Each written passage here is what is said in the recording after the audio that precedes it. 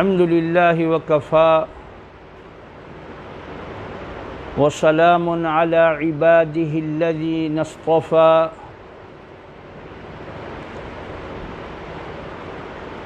وصلى الله وسلم على نبينا محمد المصطفى والمرتضى وسلم تسليما كثيرا كثيرا. أما بعد فأعوذ بالله من الشيطان الرجيم. بسم الله الرحمن الرحيم. كما أرسلنا فيكم رسولا منكم يتلو عليكم آياتنا ويعلمكم الكتاب والحكمة وَيُعَلِّمُكُم مَّا لَمْ تَكُونُوا تَعْلَمُونَ.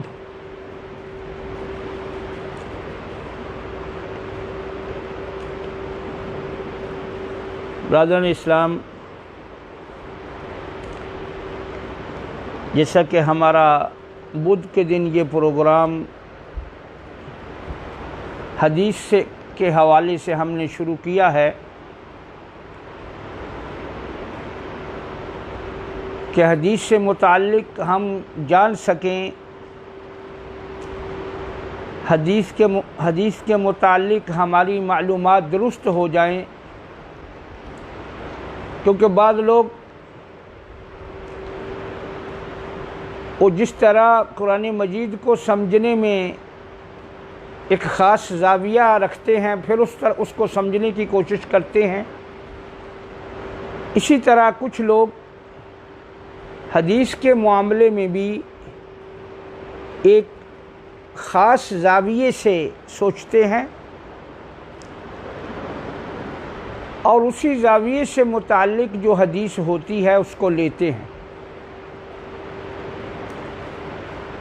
باقی کی وہ کوئی نہ کوئی تاویل پیش کر دیتے ہیں. تو اس لیے ہر مسلمان کو جاننا چاہیے کہ اللہ تعالیٰ نے قرآن کریم میں بہت سارے مقامات پر اور بہت ساری آیات میں اس موضوع کو بیان کیا ہے کہ جو ہم نے رسول بھیجا ہے اس کے دو مقصد ہیں. پیغمبر کی نبوت کا سب سے بڑا مقصد کہ وہ اللہ کی آیات پڑھ کے سناتے ہیں، قرآن ان پہ اترتا ہے اور وہ لوگوں کو سناتے ہیں. یتلو، جیسے میں نے ابھی یہ جو آیت پڑھی ہے سورۃ البقرہ کی، اس میں بھی اللہ تعالیٰ یہی فرماتے ہیں کہ جیسے ہم نے کما ارسلنا فیکم رسولا منکم، جیسے ہم نے تم میں رسول بھیجا جو تمہیں میں سے ہے. منکم کا معنی تم میں سے ہے، یعنی اس وقت کے جو لوگ تھے، عرب لوگ جو تھے، وہ آپ صلی اللہ علیہ وسلم کی قوم میں سے تھے. قوم تو ایک ہی تھی، آپ کے قبیلے میں سے تھے، آپ کے شہر میں سے تھے. اور منکم جو ہے یہ اس بات پہ دلالت کرتا ہے کہ پیغمبر جو بھی آتا ہے وہ جنس کے اعتبار سے اسی جنس کا ہوتا ہے جس جنس کی طرف وہ بھیجا گیا ہے، وہ کسی دوسری جنس سے نہیں ہوتا. ہر پیغمبر اللہ نے جو بھیجا وہ کامل، اکمل، افضل، اعلیٰ، مکمل ایک انسان ہوتا تھا. اس کے ماں باپ ہوتے تھے، اس کے قبیلہ کنبہ ہوتا تھا، اس کی اصل نسل ہوتی تھی، اس کی اولاد ہوتی تھی، وہ انسان ہوتا تھا. لیکن وہ ایسا بے مثل اور بے نظیر انسان ہوتا تھا کہ اس جیسا انسان اس زمانے میں نہیں ہوتا تھا. اور پھر اللہ نے جو ہمارے نبی جو آخری پیغمبر ہیں ان کو جب بھیجا تو ان انبیاء کرام کو جو پیچھے آ چکے تھے ان سب پر ان کو آپ کو فضیلت عطا فرما دی.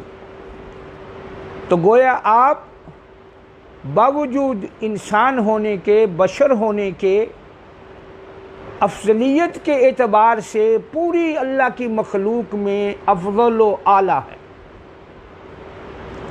نہ آپ جیسا کوئی ہے، نہ آپ کسی جیسے ہیں.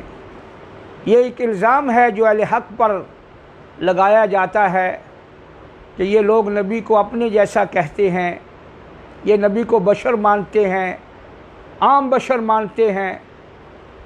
تو یہ ان کی غلط فہمی ہے. اہل حق صرف یہ واضح کرنا چاہتے ہیں کہ جو ان لوگوں نے عام عوام کے ذہنوں میں یہ ڈال دیا ہے کہ نبی انسان نہیں ہوتا، بشر نہیں ہوتا، نور ہوتا ہے، یا تو وہ وضاحت کریں جو یہ خود جب ان سے الگ تھلگ پوچھا جاتا ہے تو پھر یہ خود بھی مانتے ہیں کہ پیغمبر بے مثل بشر ہوتا ہے. یہ وہ خود مانتے ہیں. یہ جو نور اور بشر کا جھگڑا جن لوگوں نے ڈالا ہے، اور عوام کے ذہن میں تو یہی ہے کہ نبی نور ہے. پھر صرف نور نہیں ہے، نور من نور اللہ، یہ بھی وہ کہتے ہیں کہ اللہ کے نور سے نور جدا ہوا ہے. تو یہ تو بڑی بات ہوگی نا اللہ تعالیٰ پر، جبکہ اللہ اپنے پیغمبروں کو، اپنے نبیوں کو چونکہ انسانوں کی طرف بھیجتا ہے اور بھیجا ہے، پہلے جو انبیاء بھی گزرے، اس لیے اللہ کے پیغمبر سارے وہ انسان تھے، بشر تھے، لیکن ان جیسا دوسرا بشر کوئی نہیں ہوتا. اور اللہ تعالیٰ نے جیسے قرآن میں فرمایا تِلْكَ الرُّسُلُ فَضَّلْنَا بَعْضَهُمْ عَلَى بَعْضٍ، یہ ہمارے رسول ہیں، ہم نے کچھ کو کچھ پر فضیلت دی، بعض کو بعض پر فوقیت دی. لیکن وہ خود جو انبیاء کرام ہیں سارے، وہ ساری اللہ کی مخلوق سے افضل اور اعلیٰ ہیں، لیکن ہیں بہرحال وہ انسان، بشر. نور جو ہے وہ ایک صفت ہوتی ہے، جو پیغمبر کی نبوت ہوتی ہے وہ نور ہوتی ہے. پیغمبر کی صفات میں سے نور ہے. نبی کو اللہ نے جو قرآن اتارا وہ نور ہے، آپ نور لے کر آئے. جو توحید آپ نے بیان فرمائی نور توحید ہے، نور ایمان ہے، نور اسلام ہے، نور قرآن ہے اللہ کے نبی. لیکن ذات ان کی بشر ہوتی ہے، انسان ہوتے ہیں. لیکن اللہ پاک انہیں ایسے کمالات اور ایسی فضیلت بخشی ہوتی ہے کہ جن کو اللہ نے نبی چننا ہوتا ہے ان کی پوری اصل اور نسل کی اللہ انتخاب فرماتا ہے. تو بہرحال یہ مسئلہ تو ویسے درمیان میں آ گیا. میں نے یہ اس لیے کیا کہ ہو سکتا ہے کچھ احباب ہمارے اس درس کو سنیں، اور منکم کا معنی جب ہم کریں کہ وہ تم میں سے ہی ہے تو یہ سمجھ لیں کہ نعوذ باللہ دیکھو یہ لوگ نبی کو اپنے جیسا سمجھتے ہیں. تو نعوذ باللہ کوئی مسلمان توحید والا، موحد، قرآن و حدیث والا وہ یہ نہیں کہتا اور نہ کہہ سکتا ہے، نہ اس کا عقیدہ ہے کہ نبی کریم صلی اللہ علیہ وسلم مخلوق میں کسی جیسے ہیں، بلکہ آپ صلی اللہ علیہ وسلم اپنی ہر صفت میں بے مثل اور بے مثال ہیں. آپ کی کوئی مثل نہیں ہے، کیونکہ نبی جو ہوتا ہے وہ ایک کامل انسان ہوتا ہے، اور وہ ایسا انسان ہوتا ہے جس کی اللہ خود تربیت کرتے ہیں، حفاظت فرماتے ہیں. لیکن یہ سمجھ کر کہ انسان چونکہ گناہ گار ہوتے ہیں، بشر چونکہ ان سے خطا بھی ہوتی ہے، لوگوں نے عوام کے ذہن میں یہ ڈال دیا کہ نبی بشر ہی نہیں سرے سے. یہ غلط بات ڈال دی. اللہ کے انبیاء کرام وہ تھے تو بشر لیکن بے مثل، تھے تو انسان لیکن اکمل اور اعلیٰ، ارفع و بالا، کوئی ان کی مثل نہیں ہوتا. تو بہرحال یہاں فرمایا کما ارسلنا فیکم، جیسے ہم نے تمہارے درمیان تم میں رسول بھیجا اے لوگوں، اس زمانے کو لوگوں کو بھی مخاطب ہے، چونکہ آپ کی نبوت عالمی ہے، اس لیے سب لوگ مخاطب ہیں۔ تم میں ہم نے ایسا رسول بھیجا یتلو علیکم آیاتنا، جو تم پر ہماری آیات کی تلاوت کرتا ہے، پڑھتا ہے۔ تو یہاں آیات سے مراد قرآن ہے۔ اگر قرآن کافی ہوتا، اس کو ہی اللہ شرح و بسط کے ساتھ بیان کر دیتے، نبی صلی اللہ علیہ وسلم اس کی تعلیم دے دیتے، اس کی تفسیر ہو جاتی، ضرورت نہ پڑتی کسی اور چیز کی، تو پھر تو ٹھیک تھا۔ یہاں اللہ تعالیٰ نے یہ نہیں فرمایا کہ وہ صرف میرے نبی تلاوت کرتے ہیں آیات کی، وہ تو کرتے ہیں، لیکن آیات کی تلاوت کے ساتھ ساتھ فرمایا وَيُعَلِّمُكُمُ الْكِتَابَ وَالْحِكْمَةَ، اور تمہیں سکھاتے ہیں کتاب اور حکمت۔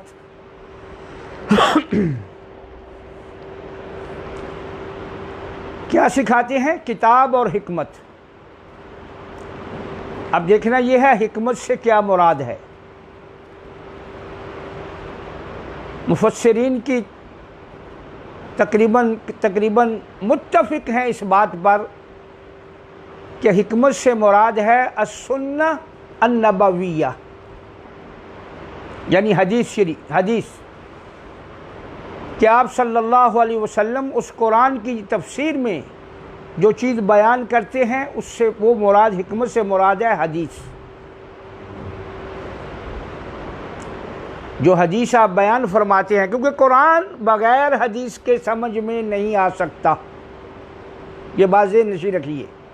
ہو ہی نہیں سکتا کہ کوئی شخص مدعی ایمان ہو اور وہ صرف قرآن کو لے کر بولے ہمیں قرآن کافی ہے، حدیث کی طرف نہ جائے۔ اور یہ جو ایک شوشہ بعض لوگوں نے چھوڑا ہوا ہے، میں یہاں وہ بھی ذکر کر دینا چاہتا ہوں کہ کچھ لوگ جو ہیں وہ یہ باور کرانے کی کوشش کرتے ہیں، جب کوئی حدیث ان کے مذہب کے خلاف آ جاتی ہے یا ان کے اس زاویہ فکر کے خلاف آ جاتی ہے، تو وہ اپنی سادہ لو عوام کو یہ باور کرانے کی کوشش کرتے ہیں کہ جو قرآن کے خلاف حدیث آئے وہ حدیث نہیں ہوتی، چاہے وہ کتنی صحیح کتاب میں موجود ہی کیوں نہ ہو۔ تو پہلی بات تو یہ ہے کہ کوئی حدیث قرآن کے خلاف آئے گی کیسے؟ پیغمبر تو قرآن کے تابع ہوتا ہے۔ وَاتَّبِعْ مَا أُنزِلَ إِلَيْكَ مِن رَبِّكَ، جیسے اللہ تعالیٰ نے فرمایا کیا میرے پیغمبر آپ قرآن کی پیروی کیجئے، جو حکم آتا ہے، اور آگے پھر اس کی تشریح اور توضیح آپ خود فرمائیے۔ اب اللہ تعالیٰ نے جو قرآن نازل فرمایا، اس میں بہت سارے حکم، ان کی کوئی تفسیر بیان نہیں فرمائی، صرف یہ کہہ دیا نماز قائم کرو، زکوٰۃ ادا کرو،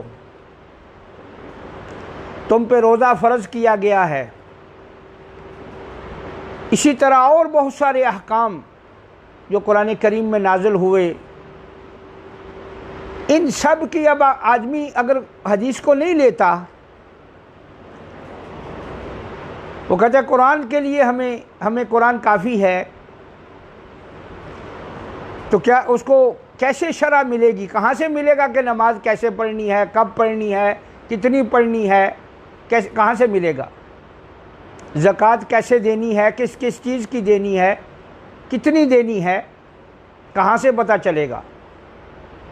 حج کیسے کرنا ہے، اللہ نے قرآن میں تو کہہ دیا کہ لوگوں پر حج فرض ہے، اب اس کی آگے وہ سارا بیان تو نہیں فرمایا۔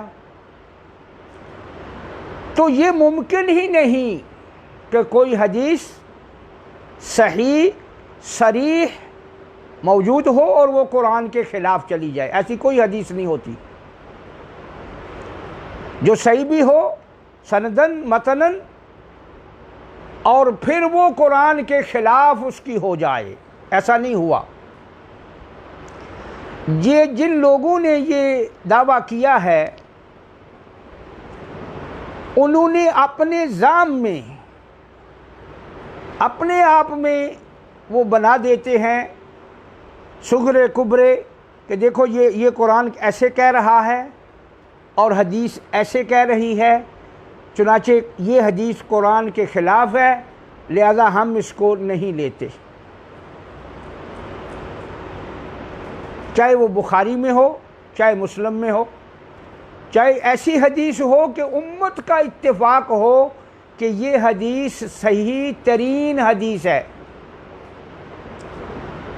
اب وہ اپنے زاویہ فکر میں جب اس کو دیکھتے ہیں اپنے مذہب کے آئینے میں، تو وہ اس حدیث کو جب دیکھتے ہیں کہ یہ تو ہمارے خلاف آ رہی ہے تو وہ سرے سے اس کو ہی حدیث کا ہی انکار کر دیتے ہیں، کہتے ہیں یہ حدیث صحیح نہیں ہے، بخاری میں ہے تو کیا ہے۔ بلکہ بعض تو اتنے آگے نکل جاتے ہیں کہ وہ کہتے ہیں جو قرآن کے مقابلے میں بخاری کی حدیث کو بھی مانے وہ کافر ہوا ہے، ایسا بھی سنا گیا ہے، ایک صاحب نے ایسا بھی کہا ہے۔ اللہ تعالی ہم سب کو ہدایت دے۔ بھئی بخاری کی حدیث قرآن کے خلاف کیسے آئے گی؟ پہلی بات تو یہ ہے، بخاری جو سب سے صحیح ترین کتاب ہے مسلمانوں کی، امت پوری کا اتفاق ہے اصح الکتب بعد کتاب اللہ، سب سے صحیح ترین جو کتاب ہے وہ بخاری ہے۔ اب بخاری کی حدیث وہ کیسے قرآن کے خلاف آئے گی؟ سوچنے کی بات ہے۔ اب جب وہ یہ کہہ دیں گے تو سادہ لوگ عوام کے دل میں بخاری کی کیا وقت رہ جائے گی؟ اگر انہیں کوئی بعد میں بخاری کی حدیث سنائے گا وہ تو کہیں گے نہیں بخاری میں بھی بہت ساری احادیث جو ہیں ضعیف ہیں، بلکہ ایک شخص قریب زمانہ میں گزرے ہیں جنہوں نے ایک پوری کتاب لکھ دی ہے اور بخاری کی چند احادیث کو لے کر اپنے خیال میں ان کو قرآن کے خلاف ظاہر کیا کہ دیکھو قرآن یہ کہہ رہا ہے اور حدیث یہ کہہ رہی ہے، لہذا یہ حدیث بخاری کی قرآن کے خلاف ہے، لہذا اسے لینا گویا یہ کفر ہے، نعوذ باللہ۔ اس کی ایک مثال دیتا ہوں میں اسی کتاب سے۔ وہ کہتے ہیں بخاری میں ایک تعلیق آئی ہے کہ نبی اکرم صلی اللہ علیہ وسلم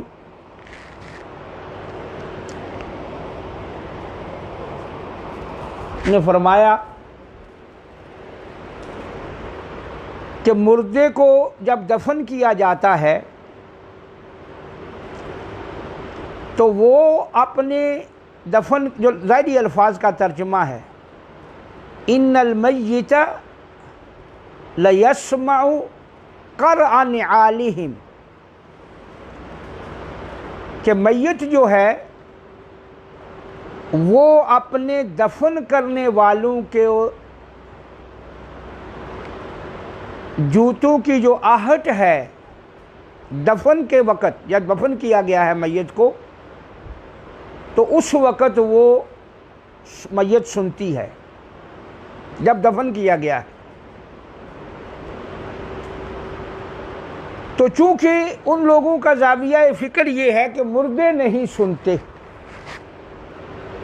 ٹھیک بات ہے، واقعتاً مردے نہیں سنتے، مردہ ہو اور سنے، یہ تو دونوں چیزیں محال ہیں نا، مردے کا سننا محال ہے، ناممکن ہے۔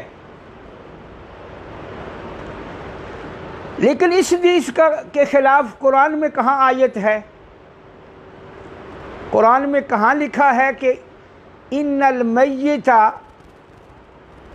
کہ میت جو ہے اذا دفن، جب دفن کیا جائے اسے، لا یسمع، وہ نہیں سنتی کچھ بھی۔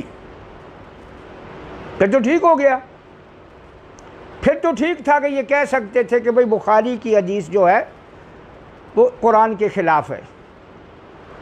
حالانکہ میت کا نہ سننا، باوجود اس کے حدیث میں صرف یہ بتلایا جا رہا ہے کہ جب مردہ دفن کیا جاتا ہے تو وہ یہ آہٹ سن رہا ہے۔ حدیث کے الفاظ یہ ہیں، اس کی بہت ساری توجیحات ہیں، بہت ساری اس کی تعویلات لوگوں نے کی ہیں، لیکن اصحاب الحدیث جو حدیث کو لینے والے ہیں انہوں نے ایک ہی معنی کیا ہے، اور وہ یہ کہ یہ صرف دفن کرنے کے وقت تک محدود ہے۔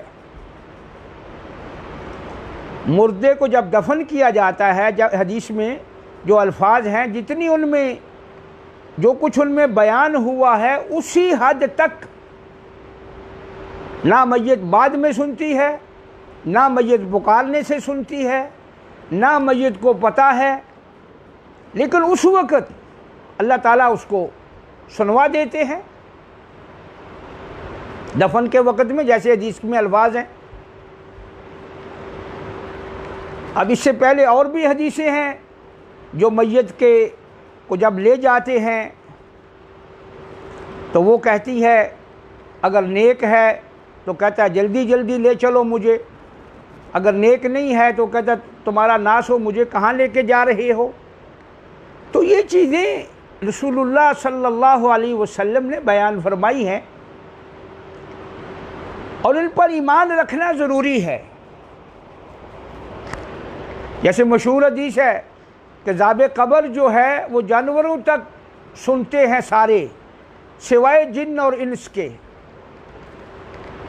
تو اللہ سنواتا ہے، اس میں کوئی وہ میت میں سننے کا تو ادراک نہیں ہے، میت میت ہے۔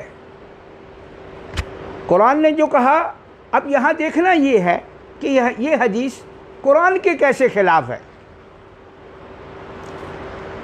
قرآن میں دفن کرتے وقت میت کے سننے کا کہاں ذکر ہے؟ کہیں ذکر نہیں ہے کہ میت کو دفن کرتے وقت جب کیا جائے وہ نہیں سنتی۔ ایک عام اصول ہے، اللہ تعالیٰ نے فرمایا کہ اِنَّكَ لَا تُسْمِعُ الْمَوْتَى، اے نبی آپ مردوں کو نہیں سنا سکتے۔ وَمَا أَنْتَ بِمُسْمِعٍ، اور تو نہیں سنانے والا، من فی القبور، جو قبروں میں مدفون ہیں۔ مولانا اشرف علی نے ترجمہ کیا اس کا، جو مدفون ہیں، یہ تو ابھی دفن ہو رہا ہے نا۔ تو اب جب کہ یا تو ہوتا نا، اسی جب آپ ایک چیز کو ایک کے سامنے لائیں گے، حدیث کو اگر صحیح ترین حدیث ہے تو آپ کیسے اس کو قرآن کے مخالف بتلا رہے ہیں؟ بھئی جو اصول ہے، قرآن میں اللہ تعالیٰ نے کہا کہ اگر تم جن کو تم پکارتے ہو، وَمَنْ أَضَلُّ مِمَّنْ يَدْعُو مِن دُونِ اللَّهِ مَنْ لَا يَسْتَجِيبُ لَهُ إِلَى يَوْمِ الْقِيَامَةِ، کہ جن کو تم، اس سے بڑا گمراہ کون ہے جو اس کو پکار رہا ہے جو اس کی پکار کی استجابت نہیں کرتا، یعنی قبول نہیں کرتا۔ وَهُمْ عَنْ دُعَائِهِمْ، اور وہ ان کی دعا سے، پکار سے قیامت تک بے خبر ہیں۔ وَهُمْ عَنْ دُعَائِهِمْ وہ ان کی دعا اور پکار سے بے خبر ہے، انہیں کوئی پتہ نہیں ہے جن کو پکارا جا رہا ہے۔ یہاں پکارنے کی بات ہو رہی ہے۔ اسی طرح دوسری آیت میں اللہ تعالیٰ نے فرمایا کہ جن لوگوں کو تم پکارتے ہو، والذین تدعون من دونہ، جن کو اس کے سوا یعنی اللہ کے سوا پکارتے ہو، وہ ایک کھجور کی گٹھلی کے برابر بھی، جو اس کے اندر سوراخ ہے، اس کے اوپر جھلی ہے، چھلکا اس کے اوپر تھوڑا سا ہوتا ہے، فرمایا وہ اتنے بھی مالک نہیں۔ والذین تدعون من دونہ ما یملکون من قطمیر، وہ ایک ذرہ برابر چیز کے بھی مالک نہیں۔ کھجور کی قطمیر کہتے ہیں جو کھجور کے درمیان میں سوراخ ہوتا ہے، اس کے اوپر ایک تھوڑا سا ایسے باریک سا جالا ہوتا ہے، اس کو کہتے ہیں قطمیر۔ تو فرمایا ان تدعوہم، اگر پھر بھی تم پکارو، حالانکہ ہم نے بتلا دیا کہ وہ مالک نہیں ہیں، ان کا اختیار نہیں ہے، ان کے پاس کچھ نہیں ہے تمہارے مطالبات کا، انہیں اللہ تعالیٰ نے کوئی اختیار ایسا نہیں دیا کہ وہ مخلوق کی مشکل کشائی کریں، مخلوق کی حاجت روائی کریں، مخلوق کی بگڑی بنائیں، انہیں نفع دیں، ان کا فائدہ کریں۔ ان کو اللہ تعالیٰ نے یہ اختیار دیا ہی نہیں، مالک ہی نہیں بنایا جن کو تم پکارتے ہو۔ اور سیدھی بات ہے، پکارا جو جاتا ہے زیادہ تر وہ اولیاء اللہ ہوتے ہیں، انبیاء اللہ ہوتے ہیں یا اولیاء اللہ ہوتے ہیں، چاہے ان کی صورتیں بنا لی جائیں، چاہے ان کی مورتیں بنا لی جائیں، چاہے انہیں دفن کر کے مزار شریف بنا لیا جائے۔ تو فرمایا وہ مالک ہی نہیں، ان کا اختیار ہی نہیں، ان کے پاس یہ چیز ہی نہیں۔ لیکن پھر بھی فرمایا ان تدعوہم، اس بات کو سننے کے بعد بھی کہ وہ مالک نہیں ہیں، ان کا اختیار نہیں ہے، جن جن کو تم اللہ کے سوا پکارتے ہو ان کا کوئی اختیار کسی چیز پر نہیں ہے جن میں تم پکار رہے ہو۔ بعض لوگ یہاں بھی ڈنڈی مارتے ہیں اور کہتے ہیں دیکھو جی، ہم ایک آدمی زندے سے، ایک مولوی صاحب تقریر کرتے ہوئے ایک زندہ سے 5 روپے مانگتے ہیں کہ مجھے 5 روپے دو، اس نے اٹھ کر دے دیے، تو کہنے لگے دیکھو یہ وہابی کہتے ہیں یہ شرک ہو گیا، اور پھر کہتا ہے دیکھو یہ آدمی 5 روپے دے سکتا ہے اور ہمارے آقا اور مولا ہمارے نبی صلی اللہ علیہ وسلم وہ ہمیں کچھ نہیں دے سکتے۔ اب عوام تو جاہل ہوتی ہے نا، سادہ لوگ ہیں، وہ بیچارے کیا سمجھیں گے؟ وہ تو کہتے ہیں ہاں نعرہ تکبیر، نعرہ رسالت، اور نعرہ لگا دیتے ہیں۔ کہتے ہیں جب یہ آدمی، عام آدمی مدد کر سکتا ہے تو نبی کی تو شان ہی بلند ہے۔ وہ یہ نہیں دیکھ رہا کہ بھائی جس سے تو 5 روپے مانگ رہا ہے یہ تیرے سامنے بیٹھا ہے، یہ تجھے دینے پہ قدرت رکھتا ہے، اس کے پاس ہے 5 روپے، اس کے پاس ہیں۔ لیکن اللہ پاک فرماتے ہیں جن کو میرے سوا پکارتے ہو ان کے پاس اختیار نہیں رہا اس چیز کا جس میں تم پکار رہے ہو، مدد کے لیے پکار رہے ہو، غوث کہہ کر پکار رہے ہو، استغاثہ کر رہے ہو، ان سے ڈائریکٹ مانگ رہے ہو، ان کے پاس یہ اختیار ہی نہیں، ملکیت ہی نہیں ان کی۔ تو کہاں یہ ظاہری اسباب کے ساتھ جس سے مانگا جا رہا ہے، اور کہاں ما فوق الاسباب۔ نبی کو تو یہاں بیٹھ کے صلی اللہ علیہ وسلم پکارتا ہے، اور آپ کہاں ہیں؟ کتنا فاصلہ ہے درمیان میں؟ کیا وہ تجھے دیکھ رہے ہیں؟ کیا تیری بات سن رہے ہیں؟ تو اب کہاں یہ چیزیں، کہاں اسباب کے تحت؟ تو بہرحال اللہ فرماتے ہیں جن کو تم میرے سوا پکارتے ہو، کسی کی تخصیص نہیں کی، من دون اللہ، اللہ کے سوا، من دون ہی، اور من دون اللہ میں سب آتے ہیں، چاہے کوئی کس کو بھی پکارے، لیکن ایک ہوتا ہے ظاہری اسباب کے تحت پکارنا، یہاں وہ مراد ہی نہیں وہ پکار، اس لیے کہ جس کو آدمی ظاہری اسباب میں پکارتا ہے اس کے پاس تو اختیار ہوتا ہے، آپ کسی سے مدد مانگتے ہیں کہ مجھے یہ دو مجھے وہ دو، وہ دے سکتا ہے، لیکن آپ ایسی ہستی کو پکار رہے ہیں جو ہزاروں میل دور دنیا میں بھی نہیں ہے، اور اس چیز میں پکار رہے ہیں جس میں انہیں اختیار نہیں، جس میں وہ مالک نہیں، جو ان کے پاس نہیں، مدد مانگ رہے ہیں، ان سے نفع نقصان کے لیے انہیں پکار رہے ہیں، ان کے لیے ان سے کوئی اپنی بگڑی بنوانے کے لیے پکار رہے ہیں، تو یہاں بہت ساری چیزیں ہیں جو مانے ہیں۔ تو اللہ پاک فرماتے ہیں ان تدعوہم، ذہن میں رکھیے وہ حدیث کہ میت اپنے دفن کرنے والوں کے قدموں کی آہٹ سنتی ہے، ان المیت لیسمع قرع نعالہم، جو لوگ وہاں دفن کر کے پلٹ رہے ہوتے ہیں میت ان کے پاؤں کی آہٹ سنتی ہے، یہ حدیث ہے بخاری کی۔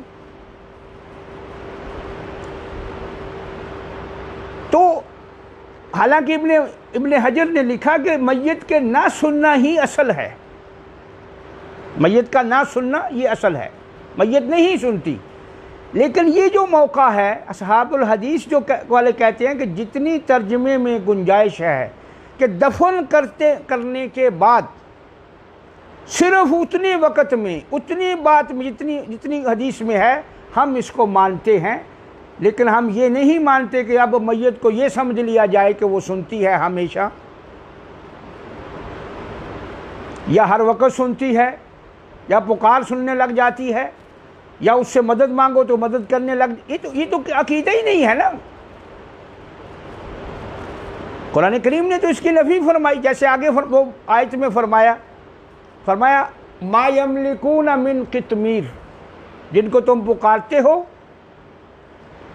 وہ کھجور کی گٹھلی کے اندر جو جھلی ہے اس کے پر بھی اختیار نہیں رکھتے۔ ان تدعوہم، پھر بھی یہ سن کر ان کا اختیار نہیں ہے، پھر بھی اگر تم ان تدعوہم، پھر اگر تم انہیں پکارو، لا یسمعوا دعاءکم، وہ تمہاری پکار نہیں سنتے۔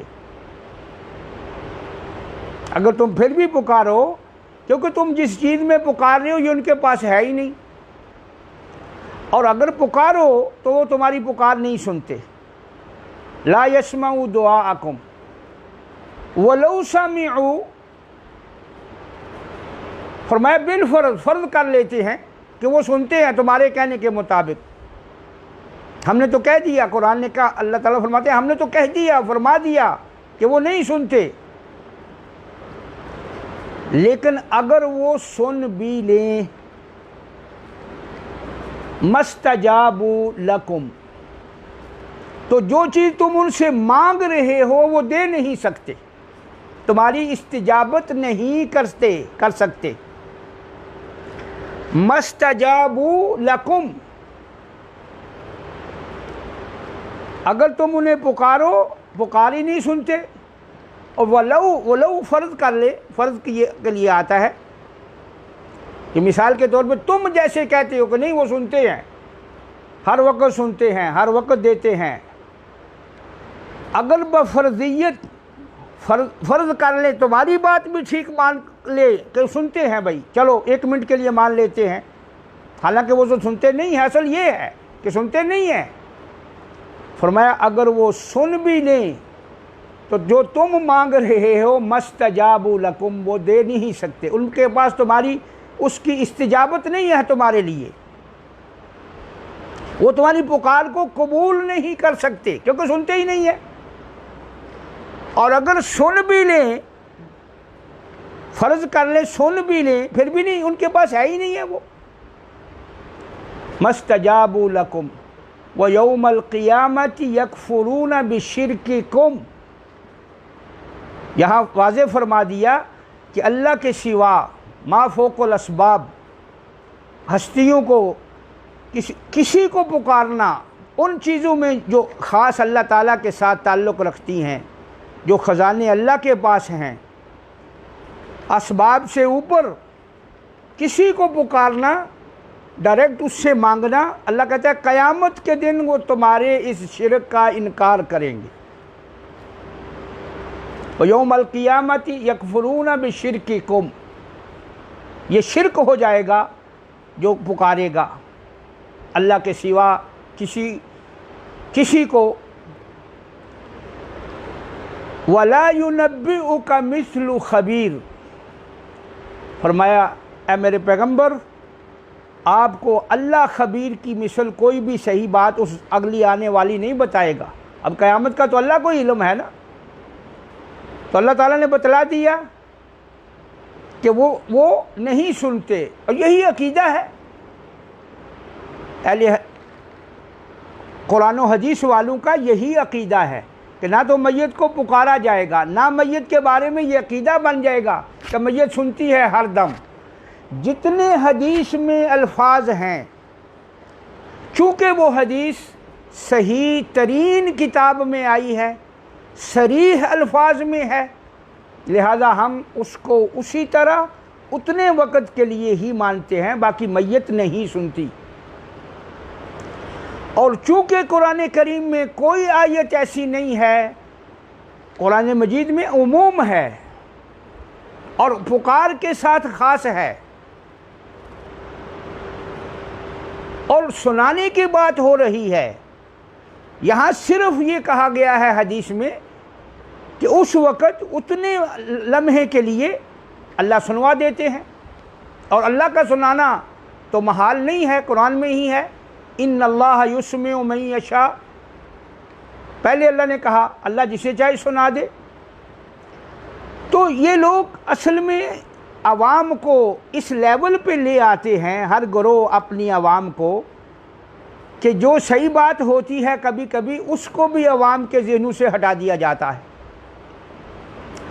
اگر آپ یہ کہہ دیں بھئی یہ حدیث اپنے ہر لحاظ سے صحیح ترین ہے، لیکن یہ محدود ہے دفن کی حد تک، میت نہیں سنتی، لیکن یہاں چونکہ حدیث میں صحیح حدیث میں فرما دیا گیا، لہذا یہ حدیث اپنے معنی میں اب جہاں تک ہے درست ہے۔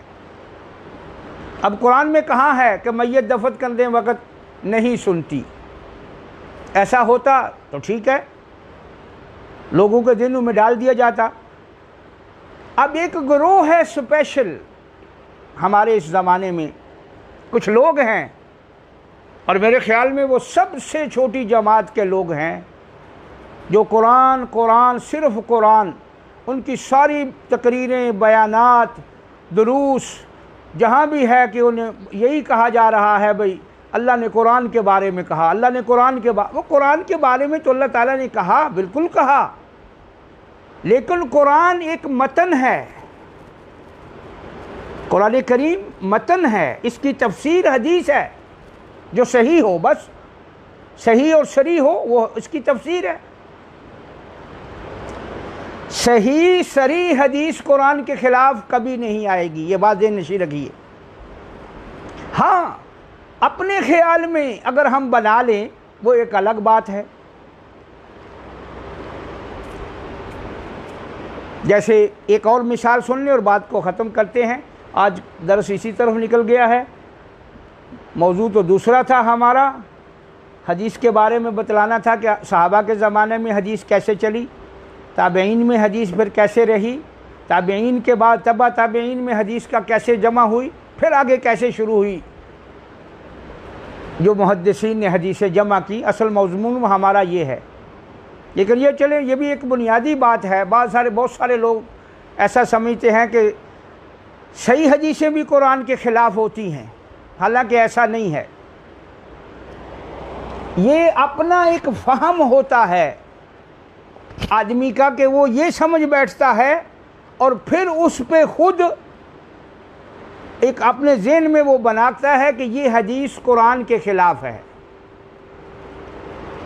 مثال کے طور پہ کچھ لوگوں سے یہ بھی سنا گیا ہے کہ جو نماز میں رفع الیدین کا کرنے کا آیا ہے 3 جگہ پر، اور ایک دوسری روایت میں چوتھی بار بھی ہے، جب 2 رکعتوں کے بعد اٹھے تیسری کے لیے، تو وہ بخاری میں ہی ہے یہ۔ تو بعض لوگ، کچھ لوگ یہ کہتے ہیں کہ یہ حدیثیں بھی قرآن کے خلاف ہے۔ نماز میں رفع الیدین رکوع سے پہلے اور رکوع کے بعد جو مختلف ہی ہے، جو پہلا رفع الیدین ہے تکبیر تحریمہ والا، وہ تو سب کرتے ہیں، ہاتھ اٹھاتے ہیں، کوئی کندھوں تک اٹھاتا ہے، کوئی کانوں کی لو تک اٹھاتا ہے، چلیں دونوں طرح ٹھیک ہے یہ۔ لیکن بعض کچھ لوگ، میں نے یہ سنی گئی ہے بات، کہتے ہیں کہ یہ رفع الیدین کی حدیث قرآن کے خلاف ہے۔ اچھا بھائی، کہاں لکھا ہے قرآن میں کہ ہاتھ نہیں اٹھاؤ، رکوع سے پہلے ہاتھ نہیں اٹھاؤ، حدیث سے رکوع کے بعد بھی ہاتھ نہیں اٹھاؤ، رفع الیدین نہیں کرو؟ کہاں لکھا ہے؟ تو کہتے ہیں کہ قرآن میں آتا ہے قد افلح المؤمنون الذین ہم فی صلاتہم خاشعون۔ کہتے ہیں قرآن میں آیا ہے کہ وہ کامیاب مومن ٹھہرے، وہ مومن کامیاب ہو گئے یا ٹھہرے جو خشوع سے نماز ادا کرتے ہیں، جو اپنی نمازوں میں خشوع کرتے ہیں۔ تو ایک معنی وہ لیتے ہیں، کہتے ہیں کہ وہ ایک تفسیر عبداللہ ابن عباس سے مروی ہے، وہ کہتے ہیں کہ خشوع نماز میں ہاتھ نہ اٹھانا یہ خشوع کی علامت ہے۔ اس تفسیر کو عبداللہ ابن عباس تک جو ہے وہ پہنچاتے ہیں۔ کہتے دیکھو، اب عبداللہ ابن عباس نے کہا کہ قرآن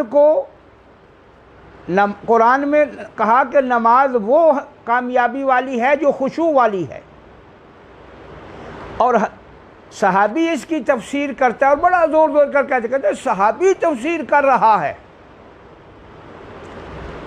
کہ اس کی تفسیر یہ ہے کہ وہ ہاتھ نہیں اٹھاتے، لا يرفعون ایدیہم فی الصلاۃ،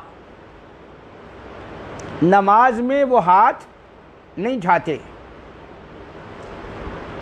اب یہاں نماز میں ہاتھ نہ اٹھانا یہ کہتے خشوع کی علامت ہے، چنانچہ رفع الیدین چونکہ خشوع کے خلاف ہے، اور ہاتھ نہ اٹھانا، ہاتھ اٹھانا جو ہے رفع الیدین چونکہ اس خشوع کے خلاف صحابی کہہ رہا ہے، لہذا یہ حدیث قرآن کے خلاف ہو گئی، لہذا ان حدیثوں کو نہیں لیا جائے گا، چاہے یہ بخاری مسلم سے لے کر ہر حدیث کی کتاب میں موجود کیوں نہ ہو، کیونکہ رفع الیدین کی حدیث کوئی حدیث کی کتاب جو مستند ہو اس سے خالی نہیں ہے۔ جہاں بھی نماز کا باب آئے گا، رکوع سے پہلے رفع الیدین کا استحباب آتا ہے کہ یہ مستحب ہے، سنت ہے، ثابت ہے آپ صلی اللہ علیہ وسلم سے۔ اس بات رفع الیدین جو ہے، اس بات اس کا، یہ تو اکثریت علماء کی جو نہ کرنے والے ہیں وہ بھی قائل ہیں کہ رفع الیدین کرنا ثابت ہے آپ صلی اللہ علیہ وسلم سے۔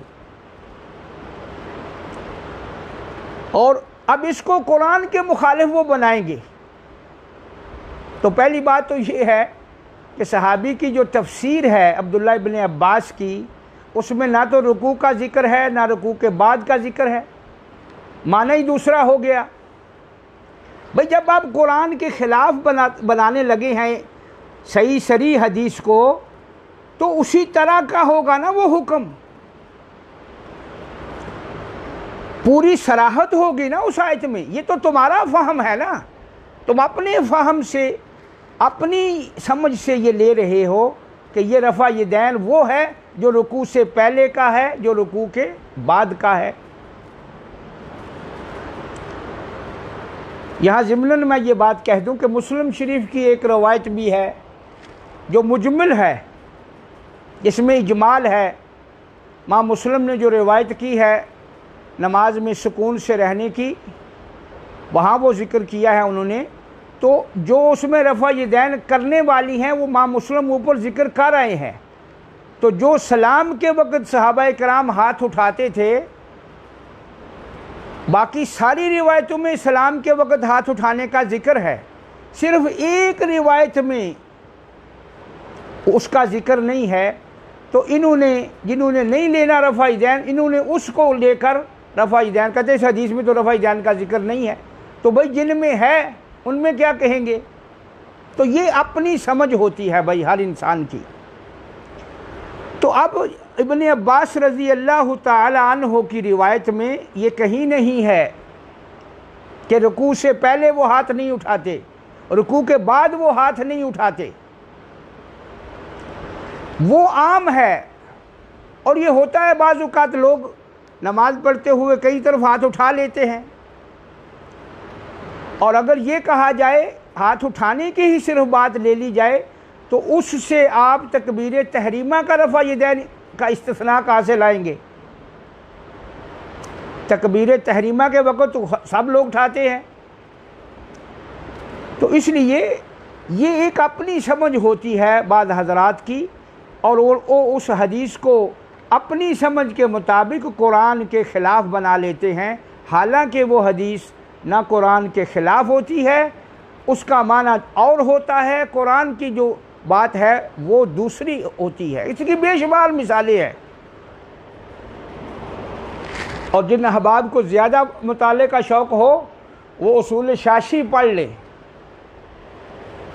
انہوں نے بہت ساری مثالیں دی ہیں خود ہی، حالانکہ وہ یہ نہیں دیکھا کہ یہ آیت کس سیاق و سباق میں آئی ہے، کس انداز میں آئی ہے، کہاں پر آ رہی ہے۔ تو یہ تو سارا دیکھا جائے گا نا۔ حدیث جو ہوتی ہے صحیح اور صریح حدیث، وہ قرآن کے خلاف نہیں ہوتی، اس میں اور بات ہو رہی ہوتی ہے اور دوسرے معنی میں ہوتی ہے۔ اب اگر ایک صحابی نے جو تشریف فرمائی وہ ہماری سر آنکھوں پر، اور دوسری طرف جب جائیں گے، جب کوئی کہے گا کہ مسلم میں ابو ہریرہ رضی اللہ تعالی عنہ سے جب آدمی نے کہا کہ میں امام کے پیچھے ہوتا ہوں، کیا پھر بھی سورۃ فاتحہ پڑھوں؟ تو انہوں نے کہا ہاں، اپنے دل میں پڑھ لیا کرو۔ تو جب وہاں کہیں گے بھئی یہ کیا ہے، ابو ہریرہ رضی اللہ عنہ صحابی نہیں ہے، تو کہیں گے نہیں، یہ صحابی کا قول ہے، یہ ان کی اپنی رائے ہے،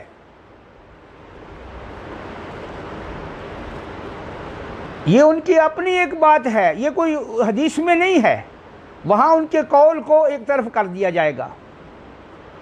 تو بہرحال میں جس بات جو سمجھانا چاہ رہا تھا وہ یہ ہے کہ کوئی بھی صحیح صریح حدیث قرآن مجید کے خلاف نہیں ہوتی، کیونکہ اللہ کے نبی قرآن کے متبع ہوتے ہیں، قرآن کی پیروی کرتے ہیں۔ یہ نہیں ہو سکتا کہ قرآن میں ایک حکم آ گیا اور نبی صلی اللہ علیہ وسلم اس کے برعکس کوئی بات بتلائے۔ ہاں، آدمی اپنی سمجھ سے قرآن کی آیت لاتا ہے اور اپنی سمجھ سے حدیث صحیح لا کر جو اس کے عمل کے خلاف ہے، یا اس پہ عمل نہیں کرنا چاہتا، اس کے مذہب کے خلاف ہے، اس کے زاویہ فکر کے خلاف ہے، تو بھائی ایسی باتیں آپ بجائے انکار کے، حدیث کا انکار ہی کرنے کی بجائے آپ جتنی حدیث ہے اتنی مان لیں، اس میں تو کوئی جھگڑا ہی نہیں ہے۔ تو بہرحال ایسا نہیں ہے، قرآن کے مقابلے میں کوئی حدیث صحیح صریح ایسی نہیں آ سکتی جو اسی طرح ہو جیسے قرآن میں میت کے دفن کرنے کے وقت نہ سننا یہ نہیں ہے۔ اگر ہوتا تو ٹھیک ہے، ہم کہہ سکتے ہیں کہ یہ حدیث قرآن کے خلاف ہے۔ جب ایسا ہے ہی نہیں تو پھر اس کو خلاف کیسے کہیں گے؟ اسی طرح قرآن میں رفع یدین کے بارے میں ایک صاحب تھے، انہوں نے ایک قرآن کریم کی ایک اور آیت سے استدلال کر اپنے حواریوں کو خوش کر دیا تھا۔ الم تر الی الذین قیل لهم کفوا ایدیکم، قرآن کریم میں ایک آیت ہے کہ اللہ تعالیٰ فرماتے ہیں کیا تو نے ان لوگوں کی طرف نہیں دیکھا جن کو کہا گیا کہ ہاتھوں کو روکو؟ ہاتھ انہوں نے کہا دیکھو یہاں تو ہاتھ بھی آ گئے، کفو بھی آ گیا، تو اس کا معنی ہے رفع دین ختم ہو گیا، منسوخ ہے، اس کا کوئی ذکر ہی نہیں ہے۔ تو یہ بہرحال جب آدمی ذہن ایک طرف بنا لے، اپنا ذہن ایک جگہ پہ لگا لے، پھر اس پر قرآن حدیث کو پیش کرے تو ظاہری بات ہے ایسی چیزیں پیدا ہوں گی۔ جبکہ مسلمان کو حکم یہ ہے کہ قرآن و حدیث کے لیے اپنا ذہن خالی رکھنا ہے، جو قرآن کہے اس کو ماننا ہے، اپنے عقیدے کو قرآن پر پیش کرنا ہے، قرآن کو عقیدے پر پیش نہیں کرنا۔ اسی طرح اپنے عمل کو حدیث پر پیش کر کے دیکھنا ہے کہ میرا عمل ٹھیک ہے یا نہیں ٹھیک۔ حدیث کو اپنے عمل کے مطابق بنانے کی کوشش نہیں کرنا، بلکہ اپنے عمل کو حدیث کے مطابق بنانا ہے۔ اس لیے ہم ایسے سارے اصحاب کو فکر کی دعوت دیتے ہیں۔ ہمارا اس سے کوئی مقصود یہ نہیں ہے کہ کسی کو نعوذ باللہ کسی کا رد کرنا ہے یا کسی سے الجھنا ہے یا کسی کو کچھ۔ ہم یہ کہتے ہیں کہ جو آپ کا زاویہ ہے سوچ کا، فکر کا، آپ اس کو رکھیں، لیکن اس کو قرآن پر پیش کر کے، حدیث پر پیش کر کے، جس طرح قرآن و حدیث میں آیا ہے اسی طرح لیں۔ ایسا نہ ہو کہ آپ اپنے ذہن کے اور اپنے عمل کے اوپر یعنی حدیث سے یہ تلاش کرنے لگ جائیں کہ کہیں میرے عمل کے مطابق بھی حدیث ملتی ہے۔ تو ہر کسی کو، چھوٹے بڑے کو، عالم کو، جاہل کو، چھوٹے کو، بڑے کو، اور پڑھے ہوئے کو، ان پڑھ کو، ہر ایک کو اپنا ایمان قرآن پر پیش کر کے دیکھنا ہے کہ کیا میرا ایمان قرآن کے مطابق ہے۔ اگر اپنا ایمان قرآن کے مطابق ہے تو الحمدللہ۔ یہ نہیں ہے کہ ایمان پہلے بنا لیا اور پھر اس میں قرآن میں دیکھنا ہے کہ بھئی ہمارا، اب جیسے لوگ کرتے ہیں ایک عقیدہ بنا لیا، جیسے نور و بشر کا عقیدہ، عالم الغیب کا عقیدہ، حاضر و ناظر کا عقیدہ، اسی طرح قبروں والوں کو پکارنے کا عقیدہ، فوت شدہ کو پکارنے کا اور ان کے سننے کا عقیدہ، اسی طرح ساری یہ عقیدے بنا لیے پہلے ہی۔ اب قرآن میں اس کی دلیلیں ڈھونڈنے لگ گئے اور پھر اس میں انہوں نے اپنے عوام کو مطمئن کرنے کے لیے بہت ساری دلیلیں ڈھونڈ لی ہر بات پر۔ حالانکہ ایسا کیسے ہو سکتا ہے؟ تو اگر پہلے آدمی قرآن سے اپنا عقیدہ لے کر عقیدہ بنائے تو تب بات ہے۔ تو اپنا عقیدہ قرآن پر پیش کرو، جو قرآن میں ہو وہ عقیدہ بنایا جائے۔ اسی طرح حدیث پر اپنا عمل جو ہے وہ حدیث میں تلاش کرو کہ میرا عمل اس میں ہے یا نہیں ہے۔ اگر نہیں ہے تو جو حدیث میں ہے وہ لے لو، وہ سب سے بہتر اور سب سے بہترین راستہ ہے، کیونکہ ہم اللہ اور اس کے رسول کی پیروی کے، اللہ کے حکم اور نبی صلی اللہ علیہ وسلم کے طریقے کی پیروی کے پابند ہیں۔ ہمیں اس پر اللہ تعالیٰ نے فرمایا جو میرا رسول دے وہ لے لو، وما آتاکم الرسول فخذوہ وما نہاکم عنہ فانتہوا۔ جو اللہ کا رسول دے یعنی جو طریقہ بتلائے، جو حکم دے، جو دین دے، اس سارے دین کو لے لو، اور جس سے رسول منع فرمائے اس سے منع ہو جاؤ، رک جاؤ۔ تو ہمارے لیے جو ہے، اسی لیے ہم کہتے ہیں کہ قرآن و حدیث، اور اس میں پھر جس کی سمجھ، جس کا طریقہ جو ہمیں اس چلے۔ بعض لوگ یہ بھی سمجھتے ہیں کہ جی قرآن و حدیث پر تو سیدھا سیدھا عمل ہو ہی نہیں سکتا۔ کچھ لوگ کہتے ہیں ساری حدیثوں پر عمل ہو ہی نہیں سکتا۔ تو بہرحال ہر مسلمان کو اپنا ایمان اور اپنا عمل قرآن و حدیث کے مطابق بنانا، یہ اصل ہے ہمارے دین کی، اور یہی چیز ہے جس پر صحابہ کرام کا ایمان اور عمل تھا، اور یہ وہی ہے جو احادیث صحیح احادیث میں جو عمل ذکر کیا گیا ہے۔ لہذا ہر مسلمان کے لیے دعوت فکر ہے کہ وہ اپنے آپ کو، اپنے ایمان کو، اپنے عمل کو قرآن و حدیث میں دیکھے، اور اگر اس کے خلاف نظر آتا ہے تو اپنے ایمان کو بدلے۔ یہ نہیں کہ قرآن کو بدلے، یہ نہیں کہ حدیث کا ہی انکار کر دے اور یہ کہنے لگ جائے کہ بخاری میں بھی ضعیف حدیثیں ہیں، نعوذ باللہ۔ اب جب بخاری میں بھی ضعیف حدیثیں آ گئیں، جھوٹے راوی آ گئے جو اسے بخاری کو بھی نظر نہیں آئے، حالانکہ امام بخاری وہ عظیم انسان ہے جو امیر المؤمنین، سارے حدیث محدثین کا جو امام ہے، جس کی امامت و جلالت پہ امت متفق ہے،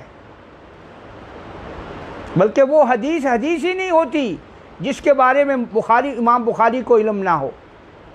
بخاری کوئی عام آدمی ہے؟ یا امام بخاری کی کتاب کوئی عام کتاب ہے؟ اور بہت سارے سادہ لو عوام میں لوگ ایسے دیکھنے میں آتے ہیں جن کو ان کے رہبروں نے، رہنماؤں نے اس روش پہ لگا دیا ہے، مختلف قسم کی وہ اپنی سمجھ کے وہ بنا کر کہ یہ دیکھو بخاری میں یہ حدیث، بلکہ جیسے میں نے ذکر کیا کہ وہ ایک صاحب نے ایک چھوٹا سا پمفلٹ کی شکل میں کتاب لکھ ماری ہے قرآن کے خلاف، جو حدیث ہیں بخاری کی جو قرآن کے خلاف ہیں، بخاری کی حدیثیں کو اب ان کے حوالی جو ہیں وہ یہی الاپ رہے ہیں کہ دیکھو یہ حدیث بخاری کی قرآن کے خلاف ہے، یہ حدیث بخاری کی قرآن کے خلاف ہے۔ اب عام لوگوں میں، ان کے حواریوں کے ذہن میں یہ بات پڑ گئی ہے کہ حدیث ہوتی نعوذ باللہ قرآن کے خلاف ہے، اس لیے ان کا سارا زور اپنی عوام کے ذہنوں میں قرآن کے بارے میں ہی آپ کو نظر آئے گا، حالانکہ قرآن کی عظمت اور قرآن کی جو اصل ہے اس کا کسی کو انکار نہیں ہے، لیکن ہم یہ کہتے ہیں کہ قرآن حدیث کے بغیر سمجھ نہیں آئے گا، کیونکہ جب نبی صلی اللہ علیہ وسلم خود قرآن میں اللہ کہہ رہے ہیں یتلو علیکم آیاتنا ویعلمکم الکتاب والحکمہ، یعلمکم الکتاب، وہ سکھاتا ہے تمہیں کتاب، الکتاب والحکمہ۔ اب وہ حکمت کیا ہے؟ وہ کیا حکمت ہے؟ وہ حدیث ہے، نبی کریم صلی اللہ علیہ وسلم نے جو قرآن کی تشریح فرمائی۔ اس لیے بہرحال بہت ساری مسائل ہیں، بہت ساری وقتاً فوقتاً ہم ذکر کرتے رہیں گے، کیونکہ یہ چیز بعض سادہ لوگوں کے ذہنوں میں بیٹھی ہوئی ہے، اور اس وجہ سے اللہ کرے کسی کے دل میں اتر جائے ہماری بات، یا وہ یہ بات سمجھ لے کہ جو صحیح حدیث ہوتی ہے وہ کبھی بھی قرآن کے خلاف نہیں آتی، وہ جو قرآن کے خلاف بتلا رہا ہے ہاں اس کی سمجھ کے خلاف ہے، اس نے جو قرآن سمجھا ہے، اس نے جو اپنے خیال میں قرآن کو سمجھا ہے، اس سمجھ کے وہ خلاف ہے۔ اس لیے یہ کہنا درست نہیں ہوگا کہ یہ حدیث قرآن کے خلاف ہے، یہ حدیث صحیح صریح، یعنی خاص کر کے میں ان حدیث کی بات کر رہا ہوں جو صحیح اور صریح ہوں، ضعیف حدیث ہو، موضوع ہو، من گھڑت ہو، اس کی تو بات ہی نہیں ہے۔ اس میں بہت ساری باتیں ہیں کرنے والی۔ بہرحال ہمارا مقصود مدعا یہی ہے کہ اللہ تعالی ہم سب کو قرآن و حدیث کا صحیح متبع بنائے، اور وہ سمجھ وہ چیز ہمارے ذہنوں میں بٹھائے جو اللہ کے قرآن میں ہے اور نبی صلی اللہ علیہ وسلم کے صحیح جو ہم تک پہنچا ہے، جو صحیح طریقے سے ہم تک پہنچا ہے، وہ فرمان کے مطابق ہمیں ایمان قرآن کے مطابق اور عمل رسول اللہ صلی اللہ علیہ وسلم کے حدیث کے مطابق ہمیں بنانے کی اللہ کو توفیق عطا فرمائے، اور ہمارے تمام مسلمانوں کو اللہ تعالیٰ قرآن و حدیث سمجھنے کی اور اس پر عمل کرنے کی توفیق عطا فرمائے، اور جو چیز ہمارے دلوں میں جو ہمیں ٹیڑھ کی طرف لے جاتی ہے، جو زیغ ہے، زیغن، اس روش سے، اس راستے سے اللہ ہم سب کو محفوظ فرمائے۔ وآخر دعوانا ان الحمد للہ رب العالمین۔